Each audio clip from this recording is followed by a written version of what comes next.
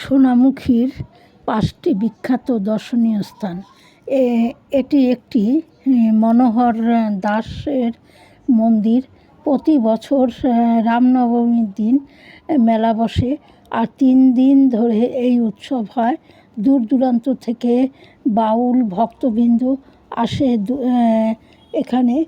আর হরনাথ কুসুম কুমারী মন্দির, মন্দিরে হরনাথ ও তার স্ত্রীর মূর্তি আছে। আর নিত্য সেবার সাথে সাথে জন্মদিন খুব সমারোহে পালিত হয়। মন্দিরের রং কৃষ্ণকালী মন্দিরের সোনালি রঙে মন্দির, আর সারা বছর নিত্য পুজো হয়।